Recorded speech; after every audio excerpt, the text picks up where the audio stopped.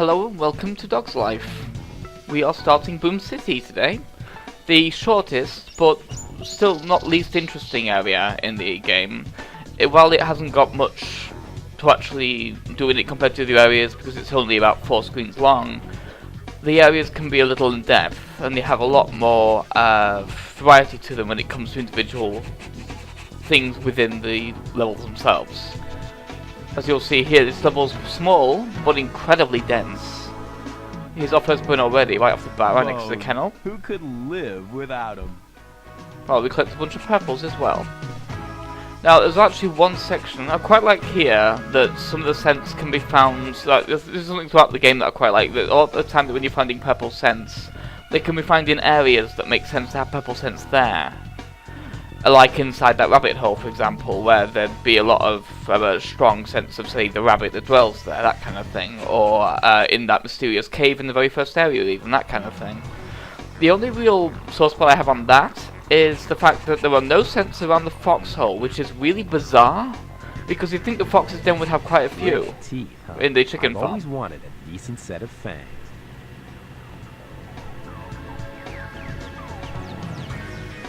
Hey, Pooch, how's about you and me track down the sleeping bandit? He's a famous robber. I hate that punk. My dog lost his sense of smell when the sleeping bandit doused him in perfume.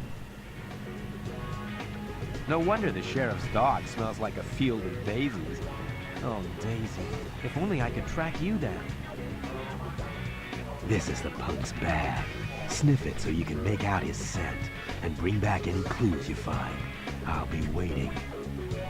Sounds like my kind of job. I do quite like that they give a good reason that particular dog can't do his job, unlike the St. Bernard, for example, on the mountain, who was just apparently lazy and completely ignoring the guy who was severely injured on the top of the mountain that could have used a bit of that barrel around his neck. But this dog at least has a good excuse. He has literally lost his sense of smell due to an attack on the dog's sense of smell by a bandit. I don't know why they're jittering here, by the way. This is something that Jake's head was doing and wouldn't really stop until this happened. And I left that view. I don't know why that happened. I like the way they justify it this time, by giving a good reason that particular dog can't do his job and that Jake has to do it for him.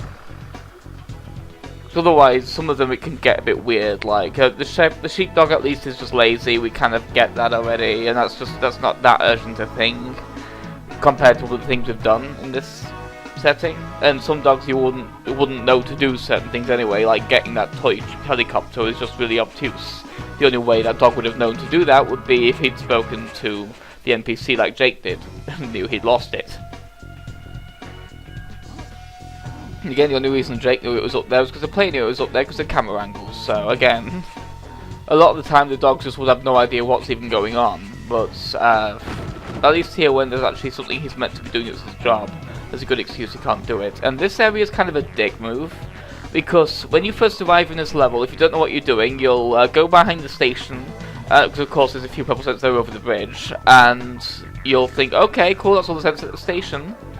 But you won't think to go over the fence behind there, behind the train, because you can't really see it from there. And there's really no other reason to go down that area, apart from the other fence in that small area. But again, because it's a fence in the way as well, you might not think you could jump over it. Or you might just not even think to try, because it might just be there to mark the train tracks. But yes, you can get on top of the train station, and this is how you get these scents. Which, when I play through the game after not playing it for a while, these scents always elude me, because I always forget about this little area up here. Because it's so weirdly unique in a way that none of the other areas of the game really have, because there's literally nothing else here but the scents. And that seam. Well, this is a quick shortcut to get to the bridge from here, so we'll see now when we jump straight from the boxes to it. When we wrestle Jake back onto the boxes, there we go. So, whip. You can make that jump, because otherwise it would be annoying having to get on all the boxes again and come all the way around here. But yeah, you'd always come across the bridge and come here and think you were done. Will be leaving shortly. Or at least I do, but yeah, that's because I'm an idiot. So,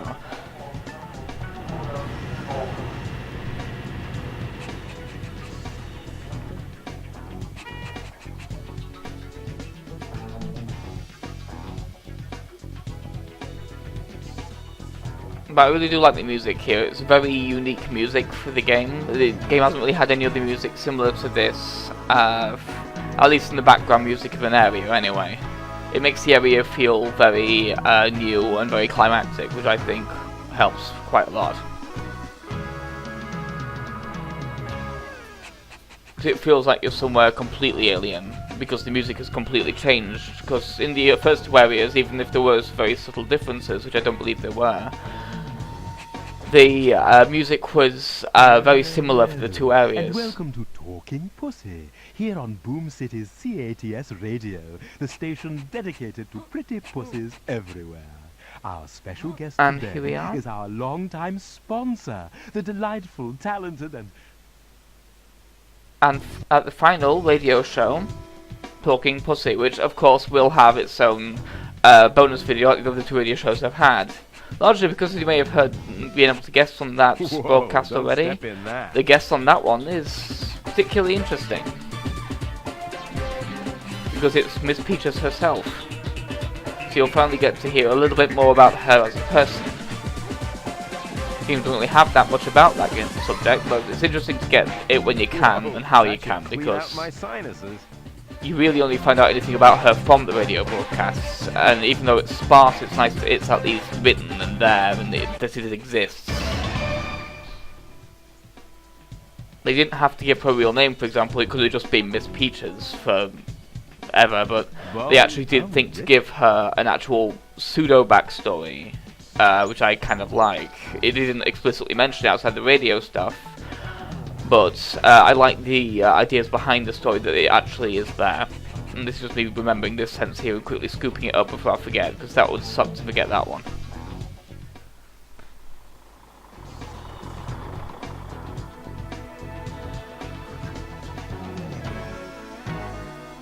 So here's a particularly interesting area that we're about to explore. First of all, I'm just looking around to make sure there were no purple scents down these little paths and stuff like that, but these warehouses, as you can probably tell from the layout, are going to be very interesting to traverse. But all that's on this floor is the P-marking game, which I'm, as usual, ignoring till last. Judging on this one particularly bad. But here's a button that's very easily missed. On the replay it took me a while to find this stupid thing. But yeah, although without that you can't actually do anything here of any use. Because it opens the way into the warehouses, which we are now going to explore. As far as we can. This can be quite tricky to jump up, because being a, you may guess at some point we will be piloting the police dog, and he does need to come up here. This is tricky to get him up here, because as you may have, I may have mentioned with the other dog that could jump really well, it's very easy to accidentally jump off the other side of an obstacle in this particular situation, or like that happen. And that particular dog in this particular area is particularly bad for that. He has to be cutting out the climb back up. So here's a small puzzle, and you may see a very specific, more familiar orange scent in there. So let's figure out how to get up there. You may notice there are 3 holes, but 2 of them are the only ones that are only used for the first 2. The last one on the far left is useless. It contains literally nothing. There's no point to it at all except for confusing you. But we're going to be a little cheeky here, because what we're intended to do, I assume, is to shuffle the boxes to each set of each hole. But if you position the boxes just right in between the 2 holes, you can just jump to both holes from the first position you put them in, which makes this much less painful. Because from here, we can jump both, when you go onto this box from here, we can jump both to the left and to the right. So that's a nice little trick that you can kind of do with this area that I kind of figured out. Speedrun tracks. Strats, rather. That's the word. Should I go tactics, but it didn't work. So let's just get these a little closer together, because this is going to be... Well, no, we'll just get up this for now. We will need to be a bit closer together later though, but here we go. So here is a little hidden bone behind this alcove, with this atrocious camera angle. This is the worst camera, but there you go. Now let's get back around there. Oh, that was a hell of a jump. Let's go to the left this time.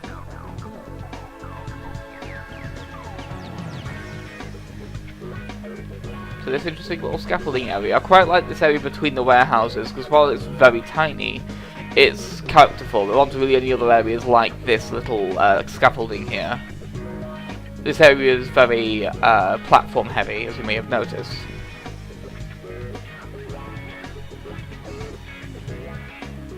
This is me just trying to do something, and thankfully it succeeds. Jumping straight through that window. I just felt like doing that. Why? Weirdly, it doesn't break the window, and no, you can't do anything with that switch. It's just kind of there to fool you into thinking it's important. You may notice something that I didn't, by the way, here. This is kind of a weird thing. And be careful with this guy, because now he is awake. Stop! And, oh shit, he's seen us, and he's armed. Let's get out of here. Something. Now we're just going to wait for him to go back to sleep. Well, it's still a good opportunity for us to dart past without being shot.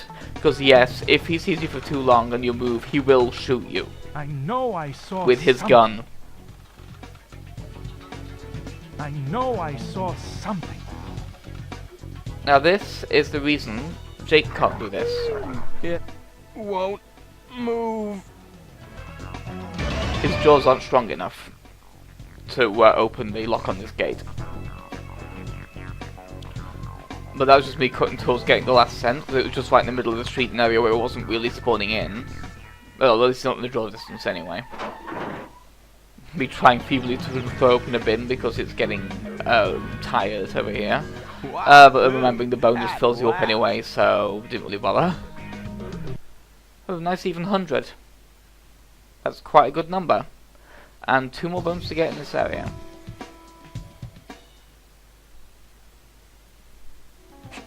So let's get on with this.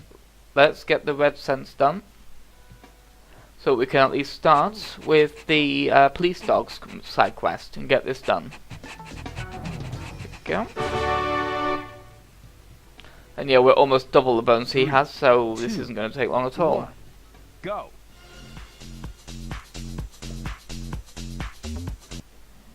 See, I wasn't kidding, was I?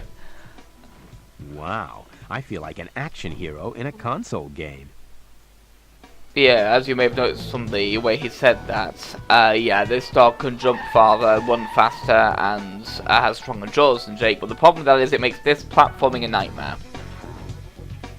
And we've already seen it, so for the most part, I'm just going to be showing anything a bit more interesting than this. Once we get up here, anyway. I think I show getting up here, but then I skipped one of the more boring parts of the platforming later. About here, I believe. Huh? Who's there? Yeah, because I had to move the box around and stuff, and then you already saw my journey over here. So. Now, the gate has been opened.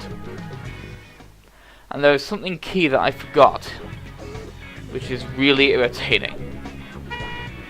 So we're just going to try and turn this in, and this is something I cut out because it just repeated the same cutscene we've already seen with that guy. This is what we need to do. We need to sneak up on the sleeping bandit. Because the purple cloud, in this case, isn't a red herring. There's actually something to it, which is really irritating. I mean, because often when you see an NPC in a purple cloud, it doesn't mean anything. It means it's just an NPC. It doesn't really give you anything important. But this guy is camouflaging an item with him. So we just have to quickly slink around here quietly so as not to wake him up.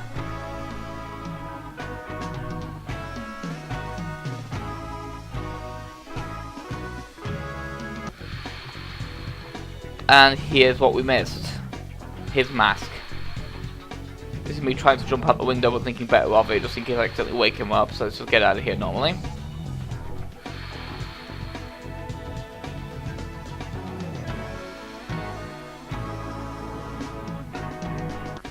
At least past a certain point it's easy to get past him. And I like I like with a lot of the headgear that Jake just wears it, that's just adorable. Mask. This makes my day, Pooch. Gee, I always wanted to be a police dog. Are you feeling lucky? Well, are you, Pooch? Show me where you found it.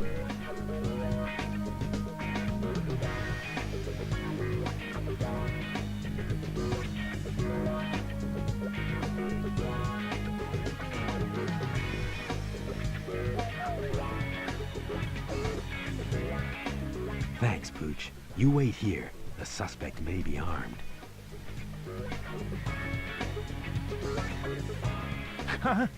Hey! Where's my sleeping bandit mask? Take that, Sheriff! What the?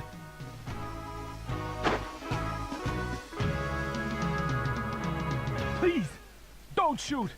I'm not feeling lucky! Thanks, Pooch. Here, this is an official police dog bone.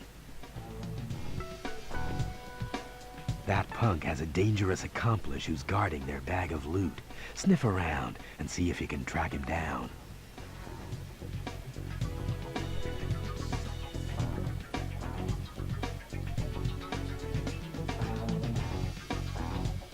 That dangerous accomplice, as he apparently just said, is going to be something we'll find in a later video.